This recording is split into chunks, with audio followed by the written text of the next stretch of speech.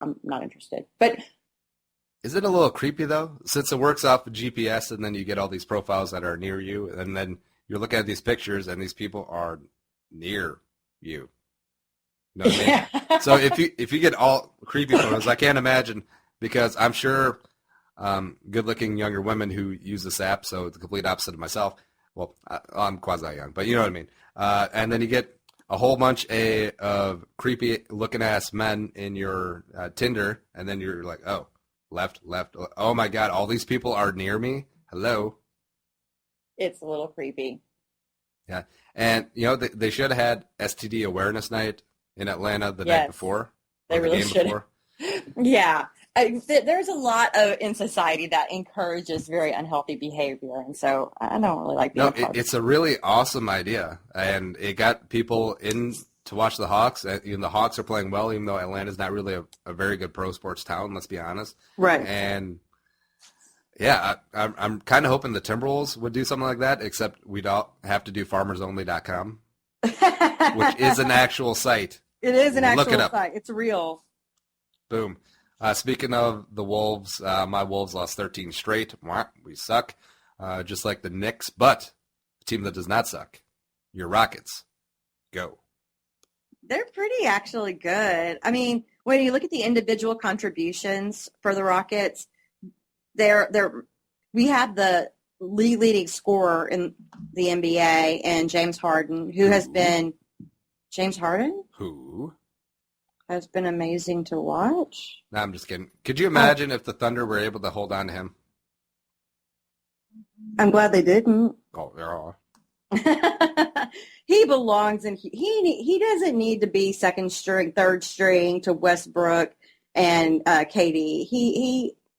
He's good enough to be the leader of a team, and so I think he finds himself in a much better situation in Houston.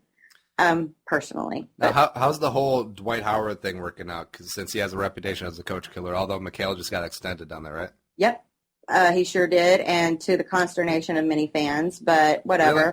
He doesn't call. He seems very lost in those end of game situations where you have to decide things that determine the outcome of games. Because essentially basketball games aren't really over in a tight game until the last 2 minutes. Which take about half an hour. Yes. Yeah. But I don't know. And then you have the fourth leading field goal percentage guy in Dwight Howard. And then you have the fifth leading shot blocker in the NBA in Trevor Ariza. I mean, steals, sorry. He's the fifth in steals in Trevor Ariza. So you've got some really strong components of the team. They need to kind of get it together, but they have had a lot of turnover recently, added a lot of key parts to the situation, and want to see how things turn out. And I'm very familiar with Kevin McHale. I think he's a much better executive than he is coach, but yeah, I guess good luck to you guys. Speaking of good luck, the Cavs are trying to catch a little good luck as they're 19-7, second in the Central, 6 games behind the Red Hot Bulls, and they're kind of panicking. David Blatt doesn't really have the locker room. LeBron's been out with injuries off and on. Kevin Love really hasn't found a role yet. They just traded Deion Waiters for Shumpert, J.R. Smith, and then they just traded for some Russian dude, apparently, who has a bunch of ties with Blatt, who I can't even pronounce his name. Is it Timabe? Timabe? Anyways, coming into the season as the odds-on favorite to win the championship, and they are struggling. And it might be time to it's definitely time to panic, as they're currently the 5th seed in the East, and I don't know. I don't know either. I mean, you look at the Cavs, and I think, though, going into it, you're like, hey, just because you added LeBron and you added Love, it doesn't mean automatically you are going to be a championship caliber team. Now, in the East, I think they're definitely a playoff team.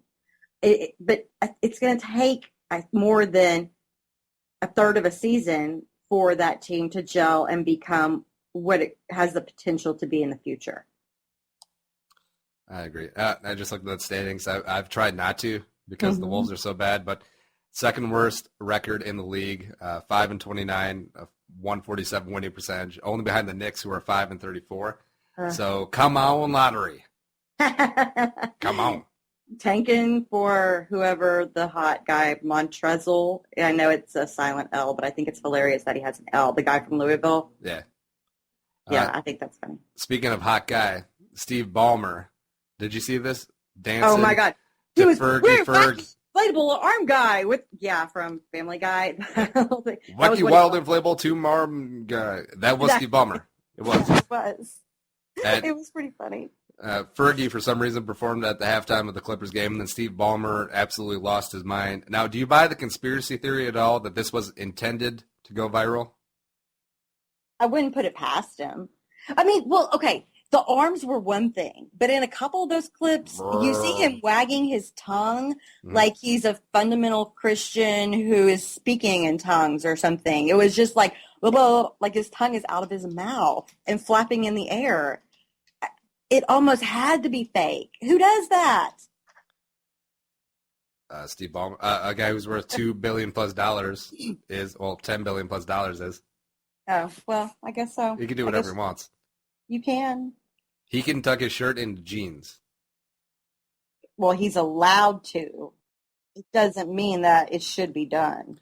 Now, do you ever notice that? I don't know if it's like this down there, but the dad look. You tuck the shirt into jeans, and then you have white New Balance shoes. Yes, and you wear a braided belt. And God! Your phone is clipped onto your belt. Yes. Yeah. Oh, it's even better if it's a flip phone. Oh, for sure. Yeah, dads are a thing. All right, and just plowing through a couple of these other fun stories, just like Claire plows through Tinder. JJ Watt, Bay, and Totes. What is your take? Come on, man. He has to know. I think he plays his whole naive act up for the audience. My personal opinion. But we all know how I feel about JJ Watt, so it is what it is. Totes.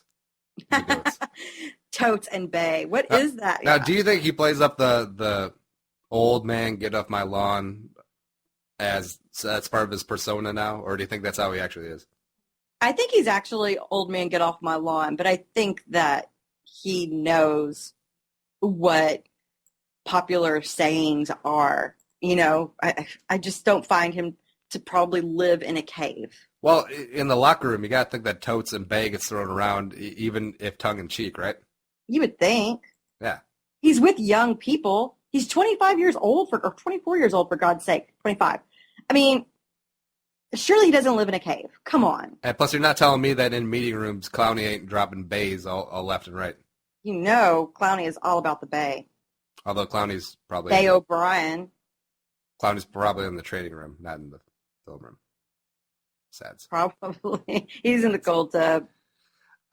Speaking of cold tubs, you're going to have to hop in one after reading some Gronk Erotica. Apparently there is a book written by, trying to get the name here. It doesn't matter. But it's called A Gronk to Remember, Book 1 in the Rob Gronkowski Erotica series.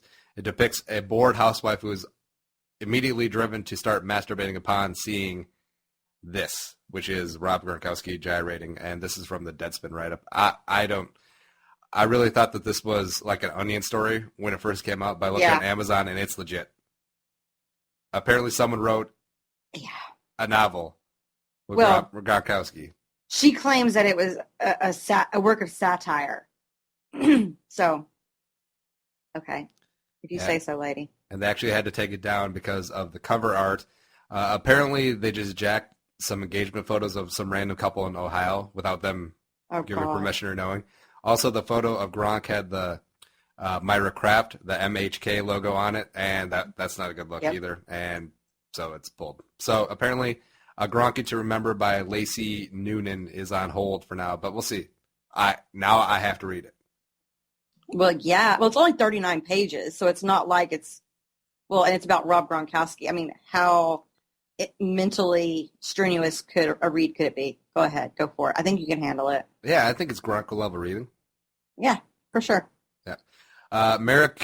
Music City Miracle anniversary occurred on Thursday, and cracked me up. The poor Tennessee Titans were live tweeting the replay of the Music City Miracle game on NFL Network yesterday, and it was... This is what number 3 overall pick looks like. Yeah. You said you retweeted it. You're like, oh, so this is what rock bottom is. Okay.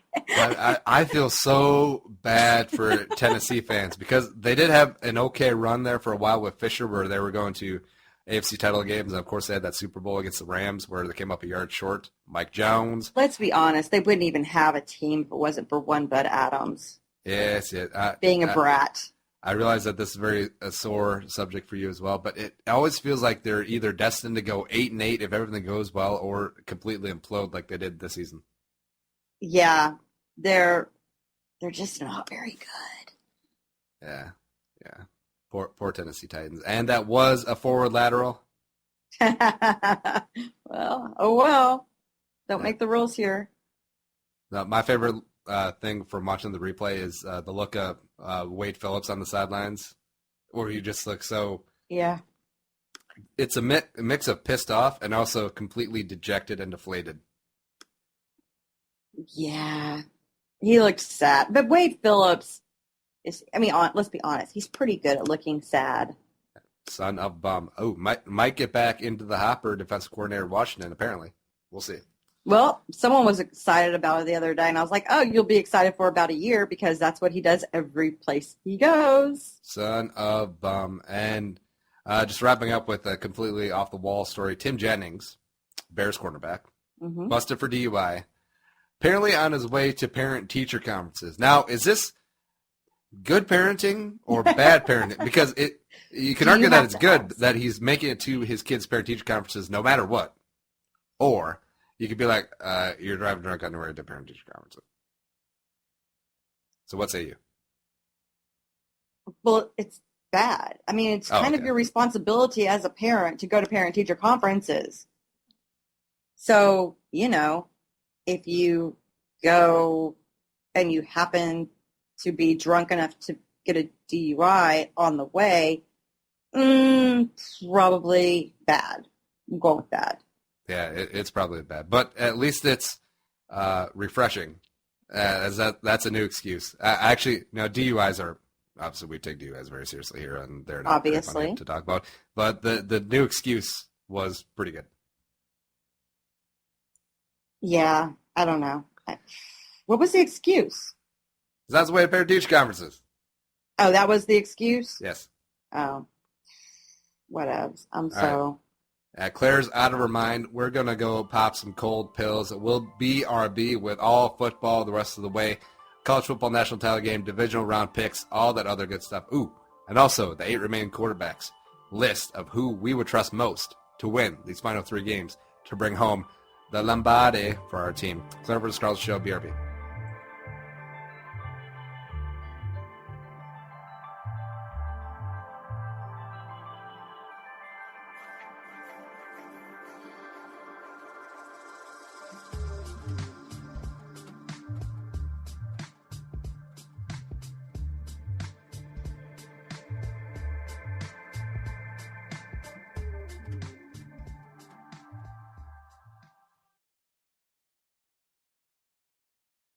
Hello? For daily conversations with the players, coaches, and contributors that make this game great. Regulators, mount up! We're coming! Football Convos. Visit footballconvos.com or visit us at iTunes.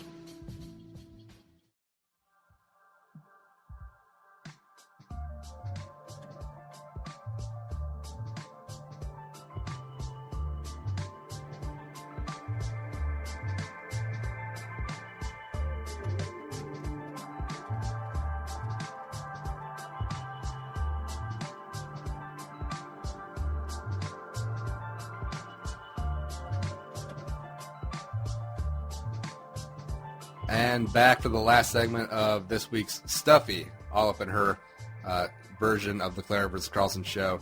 And it's all football the rest of the way.